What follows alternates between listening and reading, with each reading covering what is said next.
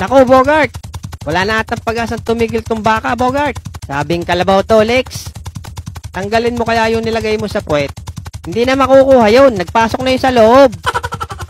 Yari tayo nito. Bilisan mo, Brad. Habulin mo na. Huwag kang mag-alala. Mabilis ang jeep ko. Isang segundo lang ando na tayo. Sige, pakita nga ako. Okay, sige. Bibilang ako, ha? 1, 2, 3. Anong nangyari, Brad? Sa sobrang bilis ng jeep ko, nabangga ko ang hulihan natin.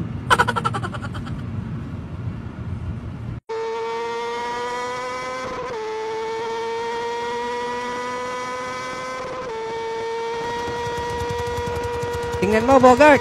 Mapapapasok pa tayo sa nagkakarera. Hilahin mo yung tali para lumiko. Ayaw sumunod.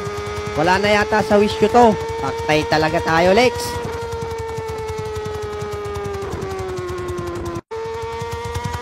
Uy, iwan na naman. Iwan nga. Ang problema natin kung paano titigil to.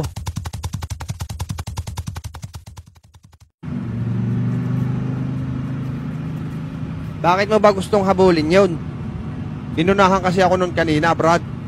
Ay, yakang ako abutan yun, pre.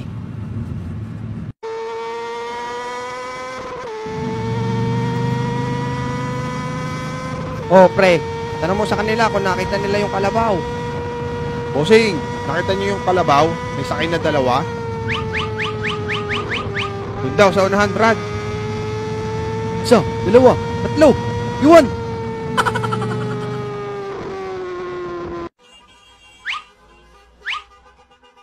Oops, mga miss.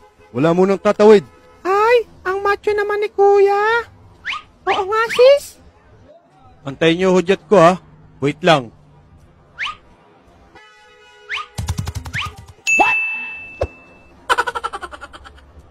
Ay, macho nga. Pati ulo, macho din.